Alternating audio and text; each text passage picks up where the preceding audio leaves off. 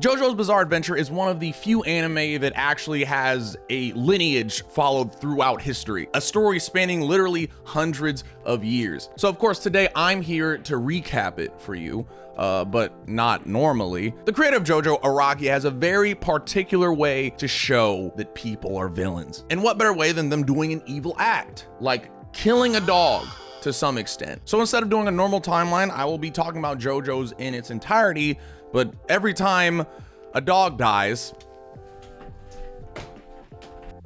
I'm gonna take a drink.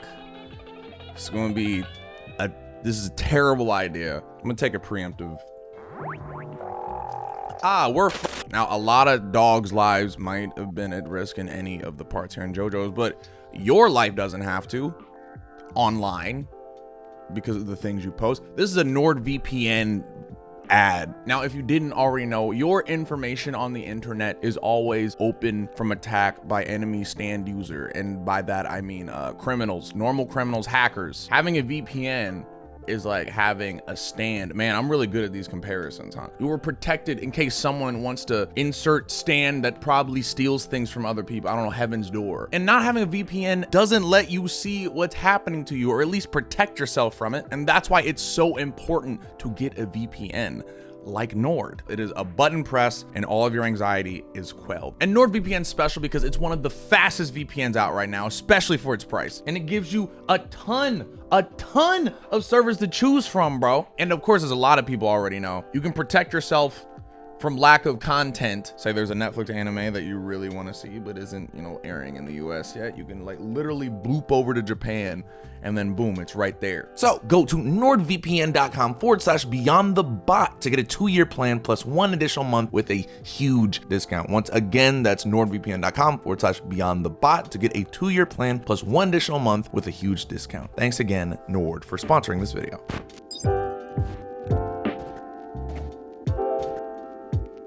50,000 to 2000 BCE. First things first, a meteor crash lands in Greenland. Eventually, rocks from this meteor end up getting fashioned into a special bow and arrow that awakens stands. Thing is, these arrows disappear for a long time, so let's just move on for now. Fast forward a few thousand years, and a being known as Cars is in Mexico, living among a race we know as the Pillar Men. Cars creates stone masks to attain more power, but the rest of the Pillar Men try to take him down so he doesn't become too dangerous. Well, it doesn't really work out because Cars ends up wiping out all of the other Pillar Men, AC/DC, Wamu, and Santana. To achieve ultimate power, Cars and the Pillar Men need to get their hands on the red stone of age and combine it with a stone mask. As the unfortunate thing about being the ultimate being is you can't go outside, apparently, in the sun.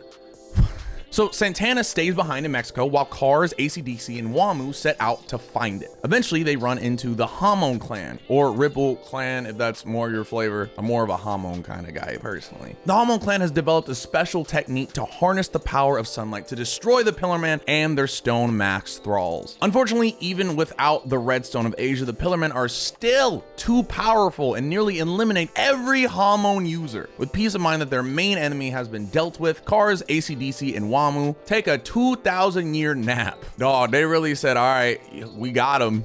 All right, time to sleep. Wow. And hopefully they'll find the stone when they awaken. Meanwhile, the surviving Hamon clan persevere, preparing for the day that the Pillar Men return. Not too many dead dogs yet, but a lot of dead people, but that's fine. Totally fine. We don't drink for dead people. That sounds bad.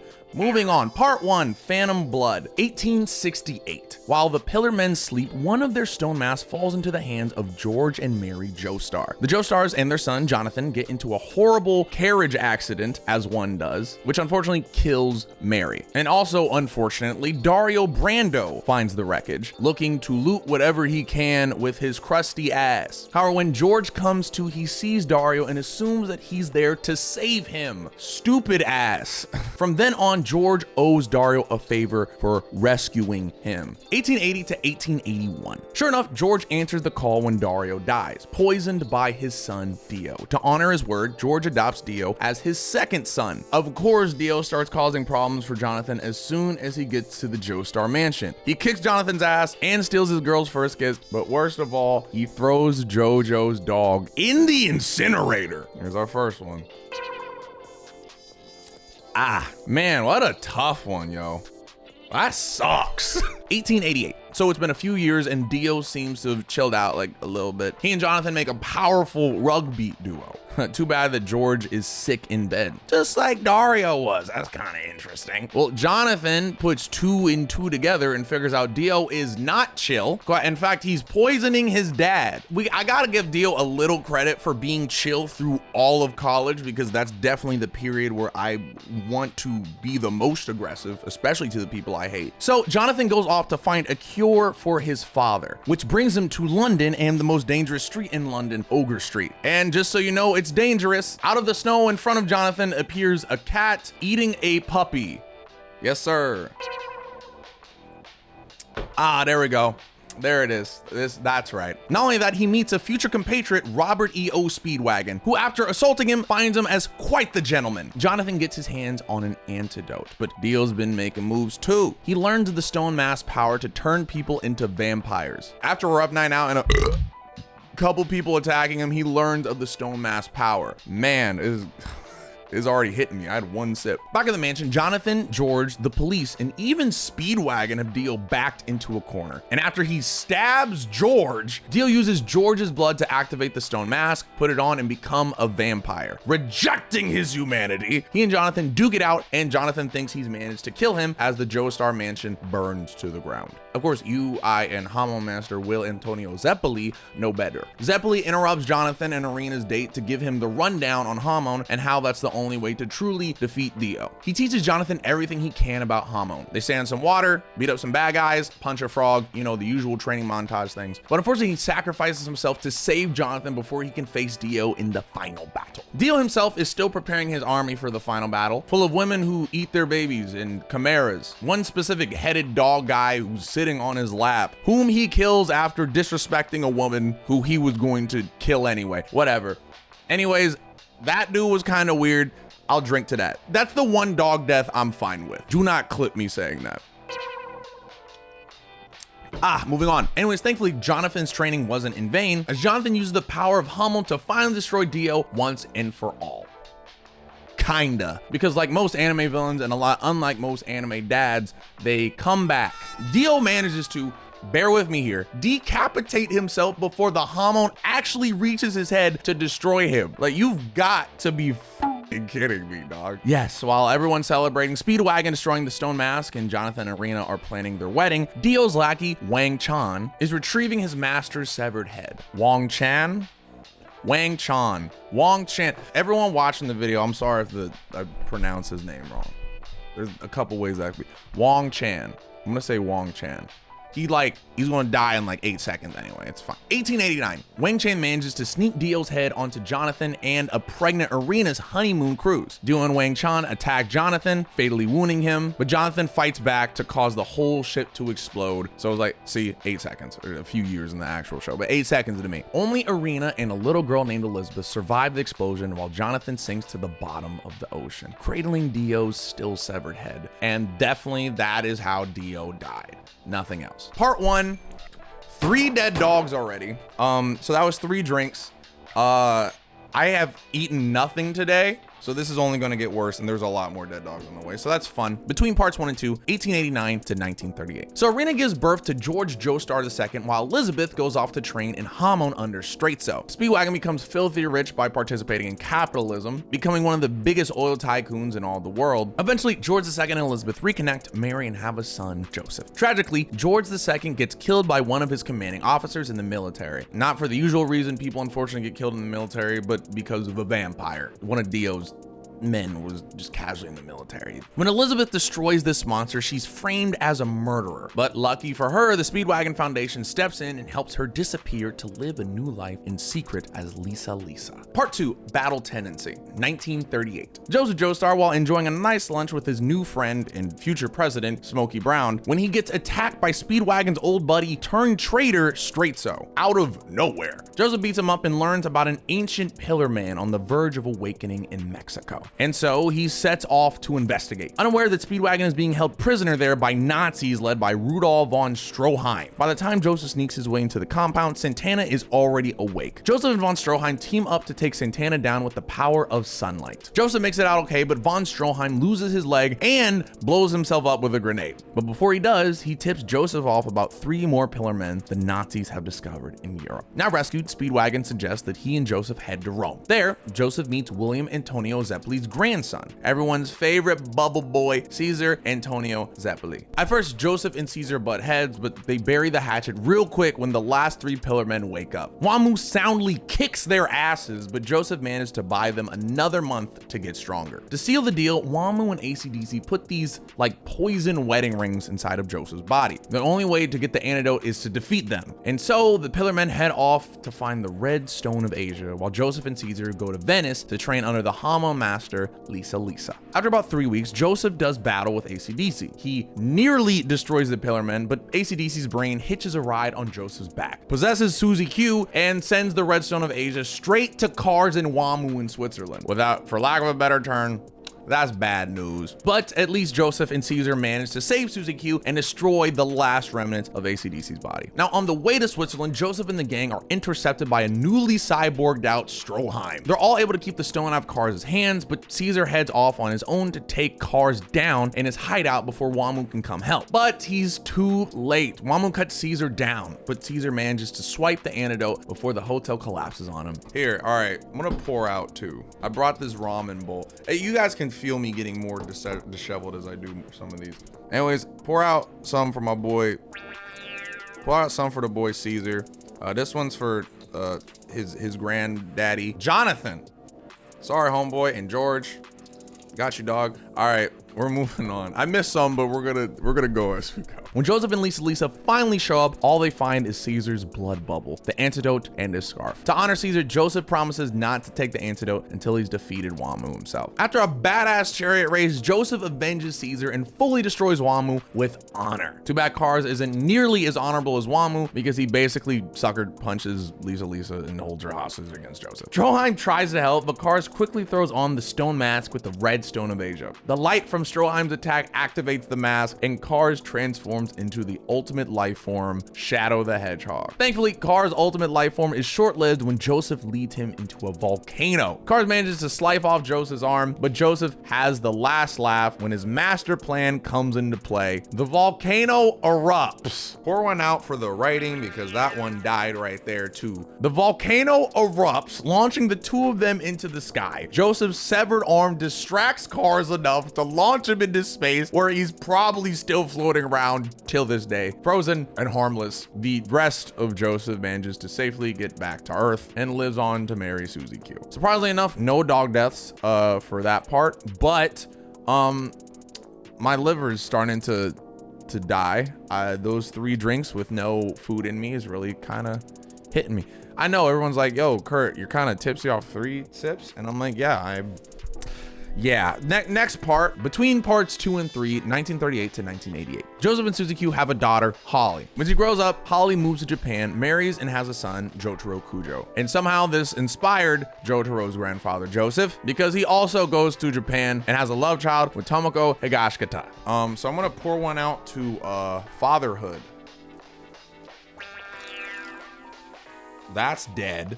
All right, Tomoko gives birth to their son, Josuke, and Joseph pretty much just disappears, which actually is on point for most anime dads, inevitably leaving them to fend off for themselves in Morio. And in the same town, a man with a very extreme hand fetish, Yoshikage Kira, kills his first victims. A young girl named Remi Sugimoto, her parents, and of course, her dog, Arnold. There it is.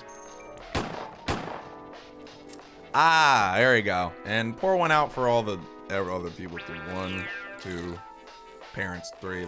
She has 2 parents, unlike Josuke. Over the Canary Islands, a fishing boat accidentally pulls up a coffin that contains Dio, now with his head attached to Jonathan's body. Meanwhile, in Egypt, a young Diablo discovers those stand-making arrows I mentioned earlier. He sells 5 of them to Enya, gives himself a stand, and returns to Italy to form his own gang, Passion. Well, one of Enya's arrows happens to pierce Jonathan/Dio's body, giving him and every Joestar in his lineage a stand as well, which is the catalyst that leads to a ton of dogs dying in part 3. Once Joseph gets his hermit purple stand, he figures he should head to Japan to check up on his daughter and grandson. And he takes his stand using buddy Muhammad Abdal with him as well. Part 3, Stardust Crusaders, 1988 to 1989. Fuck, this one's gonna hurt. When they get to Japan, Joseph and Abdal find out that not only do Jotaro and Holly have stands, but Holly's stand is killing her. And a different stand user named Noriaki Kakuin tried to kill Jotaro. Going by the strange flesh bud on Kakuin's head, Joseph figured this all must be Dio's doing. Jotaro manages to save Kakuin from Dio's control, but to save Holly, they'll have to go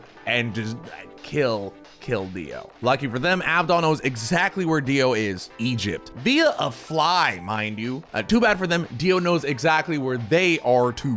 Oh, and side note here, Josuke, who is currently a baby, is also getting killed by his stand that he can't control. But Joseph is an anime dad and is not there for his son. So it's...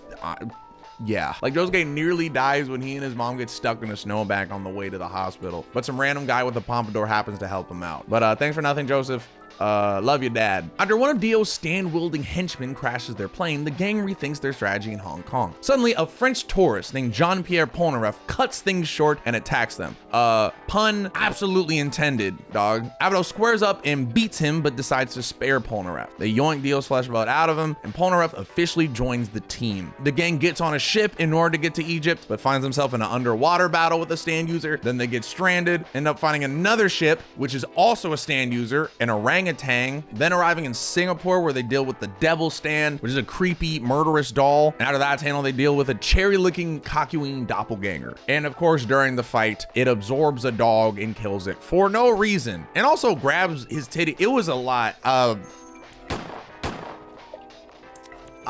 Definitely a drink for that one. So add another one to the dog counter. But aside from that, they get through it and things are going fairly well until they run into Jay Geel and Whole Horse, two more of Dio's assassins. With his bullet stand, the Emperor, Whole Horse fires a shot at Polnareff, but Abdal jumps in at the last moment to block the bullet. Suddenly, Jay Geel's hangman stand stabs Abdal in the back and he's shot directly in the head. Polnareff and Kakuin are devastated, but they take their revenge the next day, killing Jay Geel while Whole Horse runs off. Pour one out for, well, technically I shouldn't pour one out for anyone because one, if you've seen the show, you know what happens to Abdal, and Hangman, I'm not pouring one out for a so yeah, I'm gonna put that down. Let's keep it going. Team Joestar forges on without Abdal, fighting off a weird face tumor, and after a bit of traveling, get to Pakistan, where the town seems oddly different, and people might be seeing things. As Jotaro, who thought he saw a dead dog impaled on a stake, looks completely fine. Well, guess what? It wasn't. It's dead because of Enyaba. Y'all remember her? Her stand, Justice, that has the ability to go into someone's body through a small hole. However, after some shenanigans and a little toilet licking, Enyaba is captured, but before she can get questioned, dies via flesh bud. And while continuing to traveling, literally fight the sun, which makes them think, damn, maybe we should try flying again. This walking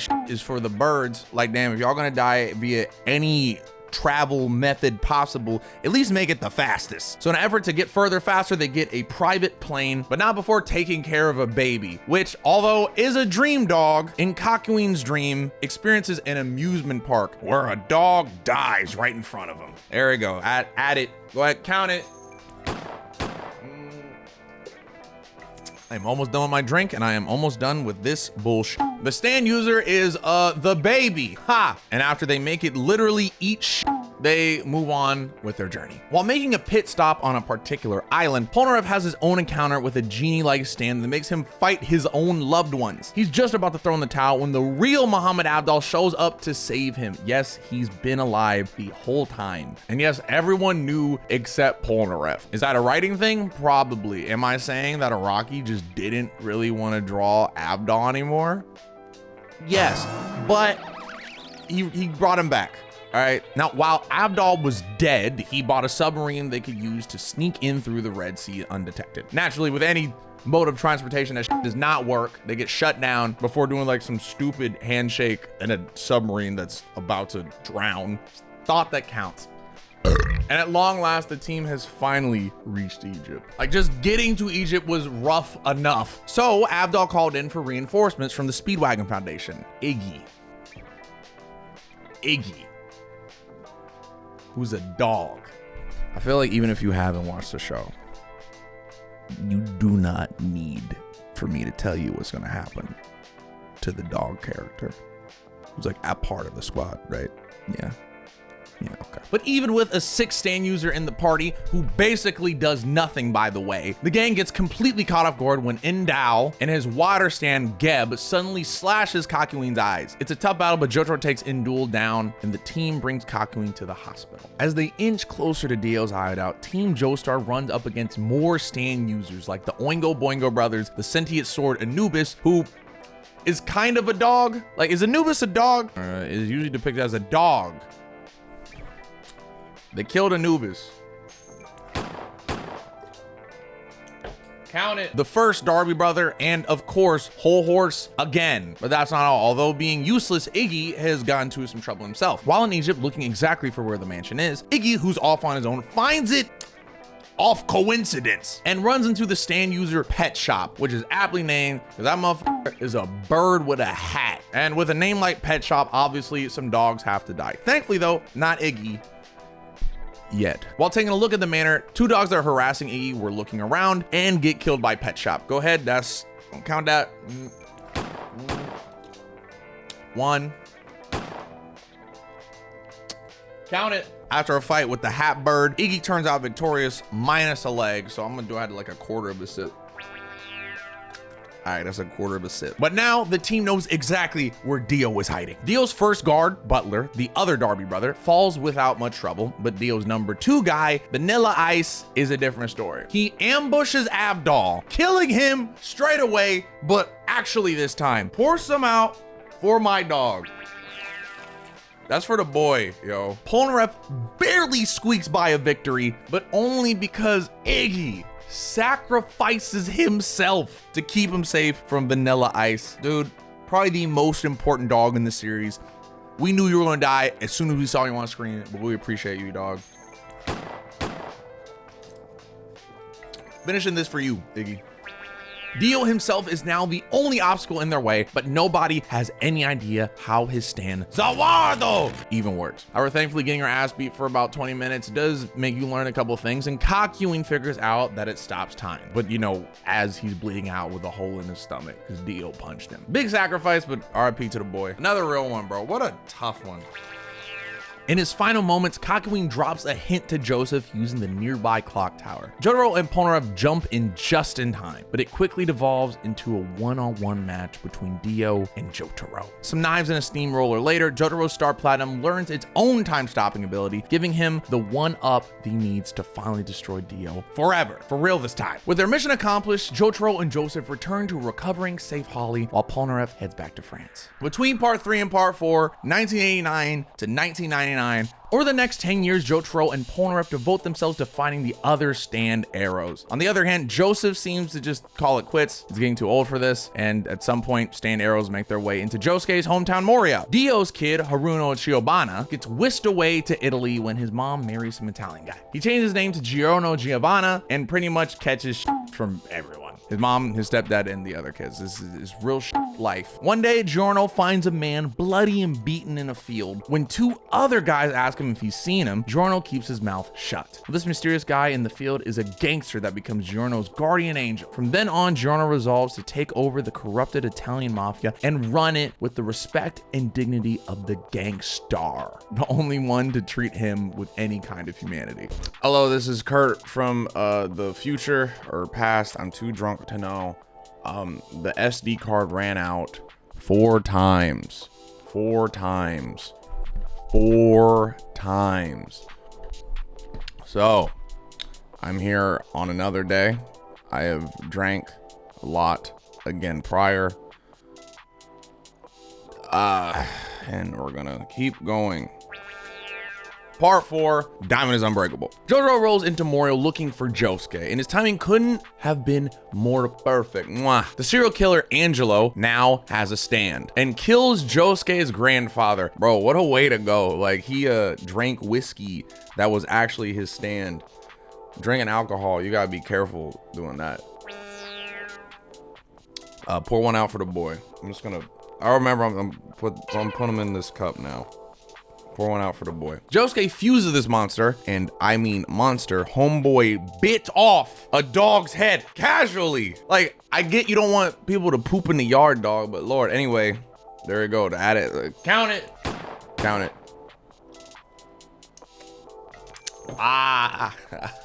And he gets turned into a rock. Morio's famous Angelo Stone, of course. And Jotaro learns about the nature of the arrows. Turns out the Nijimura brothers are out hitting people with arrows, hopefully to create a stand user strong enough to kill their suffering stand-wielding dad. And we pour one out for fatherhood. There you go. Josuke's pal Koichi gets pierced with an arrow, but only survives thanks to the healing property of Josuke's stand, Crazy Diamond. Josuke fights the Nijimura brothers, but things resolve peacefully when Josuke heals the younger brother, Okuyasu. As Keicho Nijimura explains their plan with the arrows, the stand Red Hot Chili Pepper shows up, which is just this electric ass bird? Bird? He's a bird, right? A little chick. A little electric chick. He's an electric chick. Not like chick in the derogatory female term. I mean chick like in the bird term. Why did I say this was a good idea for videos? Caleb, I hope you're enjoying yourself. Anyways, Red Hot Chili Pepper shows up, steals the bow and arrow, kills Keicho, and warns Josuke, Okuyasu, and Koichi to mind a little damn business. Over the next few days, Josuke and the boys keep their ears to the ground as they fight their way through some of Morio's resident stand users. Koichi gets a girlfriend, like heavy air quotes. I'm gonna pour some out for that one, bro. He is talk about whipped, especially when it's your girl's hair. He ate hair, dog. Koichi gets a girlfriend, and even Josuke and Okuyasu go on a lunch date to a local Italian restaurant. Red Hot Chili Pepper reappears to fight Josuke when he learns that old man Joseph Joestar is on his way to Morio. Josuke and the gang manage to defeat him and his user before Joseph gets to port, allowing Josuke to meet his geriatric dad in peace. But peace doesn't last in Morio, or at all in JoJo's. Joseph finds an invisible baby. Koichi has a dangerous encounter with the famous mangaka Rohan Kishibe, and Jotaro and Josuke go rat hunting. Bro, RIP to those rats, and to Joseph's competence. Pour some out for that, or Jotaro's competence. Rohan is pretty much buds with the gang now, so he invites Koichi to investigate a strange alley. Turns out it's the realm between living and dead. It's when they meet Remy, one of Yoshikage Kira's first victims. They barely make it out of there because Koichi just had to turn around, but Rohan's stand Heaven's Door saves them. Meanwhile, Josuke and Okuyasu go into business with middle schooler Shigechi and his stand Harvest. The deal goes south, but after coming to blows with Shigechi, he agrees to split the money evenly between them. Unfortunately, poor Shigechi can't stay out of trouble. His Harvest discovers the severed hand that Kira always carries with him. Sure enough, Kira kills Shigechi on the spot, exploding him into probably one of the weirdest moments in JoJo's, using his stand, Killer Queen. Oh no, I said it like that. Oh yeah, pour one out. He was kind of annoying, so you get like a little baby, like a little. That's good. Shigechi sends the gang a button from Kira's jacket, but when they go to investigate, Killer Queen's sheer heart attack caused the button to explode and destroy the owner of the laundromat before he says Kira's name. Laundromat owner, you get more of a pour out than homeboy. He was really annoying. Needless to say, Josuke and the boys are on high alert, and they try and battle Kira and the sheer heart attack. The only way Kira escapes is by killing some random guy, cutting off his face, and wearing it as his own. Josuke and the gang lose his trail as Kira starts to live life disguised as Kosaku Kawajiri. The boys investigate Kira's house and have a run-in with his dad, Yoshihiro Kira. They make it out alright, but Yoshihiro escapes with a stand arrow. Meanwhile, Kosaku Kawajiri's son, Hayato, notices something is up with his dad. So you know the drill. The gang bumps into a few more stand users, including a guy who may or may not be an alien, a cat that turns into a plant, and a bum that lives in a power pylon. While all this is going down, Hayato is following Kira and even gets one of his kills on camera. Kira eventually kills him, but Yoshihiro hits Kira with the stand arrow again, unlocking a new ability for Killer Queen, Bites the Dust. Somehow Hayato wakes the next day unharmed, and it's as if nothing happened. From here, things play out like a battle anime Groundhog Day, with Bites the Dust undoing large gaps of time to protect Kira. Well, it's all for nothing though. The gang learns Kira's identity, eventually beats his ass, and he ends up getting run over by an ambulance. Even better, his soul ends up in Remy's alley and gets dragged into the underworld. Now that Morio's safe, Josuke becomes its protector, and Jotaro gets his doctorate by writing a thesis about a fucking starfish. Fucking L. One dog died in all of Morio, and I feel like that's actually the case. So we're doing good. Part 5, Vento Aureo, 2001. I'm gonna say Oreo. Y'all gonna get me in the comments. It's wrong. It's wrong. Vento Aureo, dog. Aureo. So a few years later, Dr. Jotaro sends Koichi to Naples, hoping to find Dio's son, Giorno Giovanna. Of course, the two cross paths when Giorno straight up robs him, like the gangstar he is. He also fucks up leaky eye Luca, who was really hard to look at, which catches the attention of Passion's Bruno Bucciardi. Giorno and Bucciardi duke it out, but form an alliance to overthrow the corrupt Passion from within. But first things first, Giorno has to pass a test from Polpo to get into Passion. Thanks to Koichi, Giorno defeats Polpo's stand, Black Sabbath. When he gets back to Polpo's cell, Giorno tricks him into shooting himself in the head with a gun disguised as a banana. What a fucking bizarre adventure. Oh, and while this is going down, Bucciardi gets visited by a foreboding rock. The automatic stand, Rolling Stones. With Polpo out of the picture, all of Passion is now racing to claim his treasure, including Bucciardi and his crew. Abacchio, Mista, Fugo, Narancia, and the newest recruit, obviously, Giorno. Zucchero ambushes them on their way to Capri Island, but Giorno proves his loyalty and they take him out and celebrate his defeat with a beautiful torture dance. After Giorno and Mista beat another Passion rival at the harbor, Bucciardi and the boys meet with the capo. Pericolo. I'm gonna go with Piccolo. Piccolo promotes Bucciardi to lieutenant and gives him and his crew a new assignment, protecting the boss's daughter, Trish. A group of rogue Passion assassins are after her to get closer to the boss, just like Bucciardi. So Bucciardi and the gang starts following a trail of breadcrumbs the boss left to return Trish to him safely. From Pompeii to Venice, the gang battles their way through Passion stand users until they reach San Giorgio,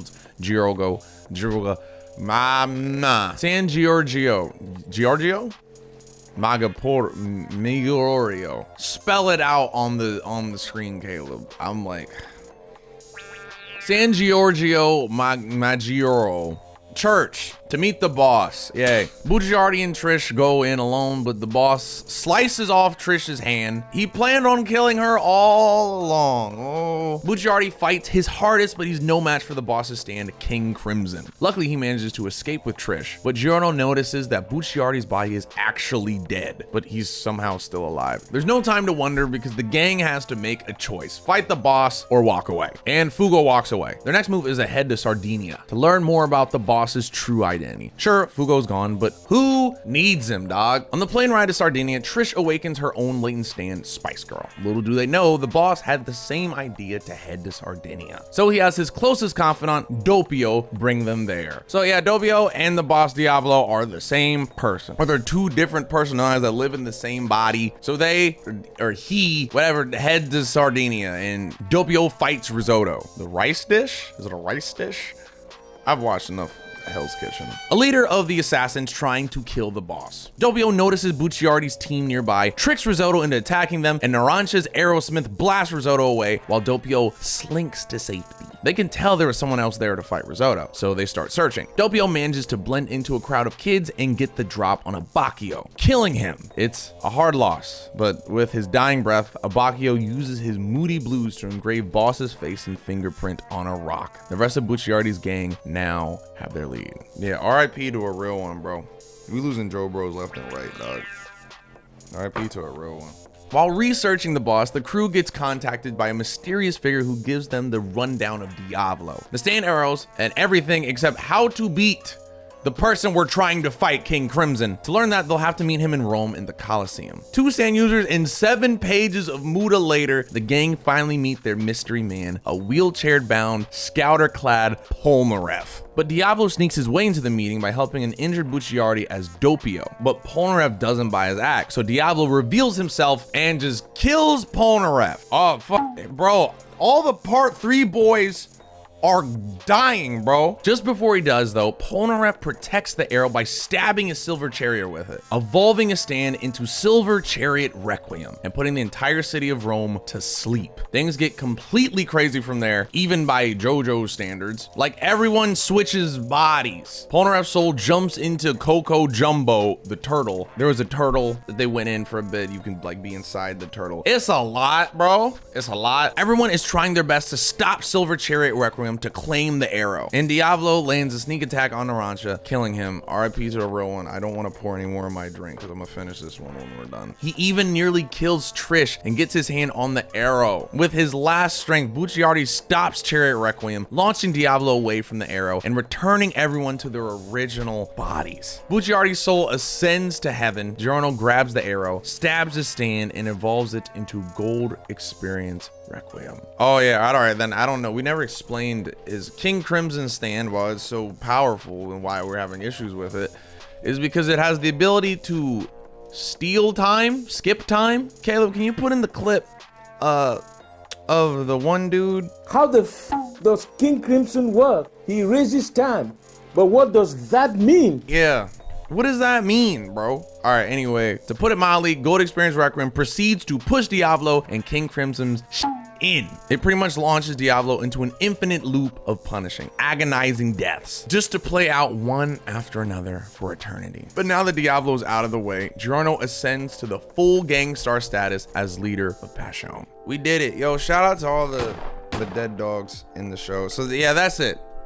So yeah, that's it, everyone. That is the complete JoJo's timeline, but every time a dog dies, I take a drink, and what a terrible idea that was. I have a Google Images page full of murdered dogs, and it's a little bit too much. So if you want to see more timelines out of us and us getting drunk while explaining them with one little bit where we drink every time, it'll probably be me drinking every time, let us know. I am going to enjoy some froyo because I deserve it. I cannot function currently and I am not happy. Thanks for watching Beyond the Bot. This is CurtRichy signing off. We'll catch you next fight. Oh, what's up, y'all? Yo, it is me, sober Curt, here. Thank you for watching that video. And of course, I gotta give a lot of love to our patrons, but more specifically, Matthew Hennish, Sugar Joe, Andrew M, Drew Warnitz, and of course, Eric Tortorapatu. We really appreciate you guys. You guys are the backbone of the channel. Man, that video was a lot. I will probably do more, unfortunately. But yeah, if you guys want to see more stuff like this, share this up. Let us know in the comments. God, that was a lot. Anyways, now time for questions. Let me see what we got going here. If an anime was made about your life, what kind of anime would it be? So I consistently say that I am not the protagonist of my own life. That's either Darren U-Tunes or Ivan animated, but every day I feel like it's closer to Ivan, because just like in JoJo's part 4, the most interesting things that happen are like to the side characters, and that's Darren. So Darren has some crazy stories, just like Koichi is having all this wild stuff happen to him, as opposed to Josuke, who I think is Ivan, my friend, who is the most plain vanilla person I've met, and also occasionally odd things happen to him. But anyways, I would probably be the straight man side character in a rom-com slice of life, for a fact. I'm definitely I'm not the main protagonist of my own life, and it's very sad. That aside, once again, thank you all for watching. I don't really have much else. Appreciate you though. We'll catch you next time. Peace.